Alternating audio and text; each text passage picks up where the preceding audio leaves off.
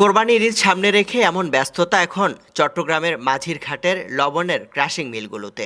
কক্সবাজার থেকে আনা এই লবণ প্রাথমিক পরিশোধন শেষে কোরবানির পশুর চামড়ায় ব্যবহারের জন্য পাঠানো হচ্ছে দেশের বিভিন্ন স্থানে। এই সময়ে লবণের চাহিদা বেশি থাকায় সুযোগ নেন অসাধু ব্যবসায়ীরা। এবার সপ্তাহ ব্যবধানেই খোলা লবণের দাম বেড়েছে প্রতি ৭৪ কেজির বস্তায় ১০০ থেকে ২৫০ টাকা পর্যন্ত।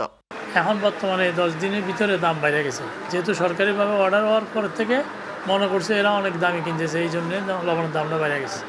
আমরা এখন বাড়তি কিনতেছি, নিতেছি লবণের দাম কিন্তু বাড়তি। চাষিরা বলতেছে এখানে তারা এখন মানে উপরের যে মালগুলি ছিল এই মালগুলি আর নাই, এখন ধরেন তারা গর্ত থেকে স্টক মজুদ মাল আনতে হবে, এই জন্য তাদের তো খরচ আছে, ওই হিসাবে তারা বাড়াই দিচ্ছে। দাম বাড়ার পেছনে উৎপাদন কমে যাওয়াকে কারণ হিসেবে বলা হলেও লবণ চাষিরা বলছেন মধ্যস্বত্বভোগীরাই বাড়িয়েছে দাম, যার সুফল পান না তারা। সাথে মানে এখানকার চট্টগ্রামের মিল মালিকের কীরকম চলতেছে ওইটার সাথে ওইখানে সমন্বয় করা হয়। মাঠ পর্যায়ে ওরা এই রেটটা পায় না, মাঠ পর্যায়ে এখন যেভাবে রেট এখানে হচ্ছে ওইভাবে পায় না। ওখানে সর্বোচ্চ ৩০০ টাকাও এখনো পায়নি কেউ। হঠাৎ লবণের দাম বৃদ্ধিতে বিপাকে পড়েছেন চামড়া ব্যবসায়ীরা। তাদের দাবি বাড়তি খরচে লোকসান গুনতে হবে।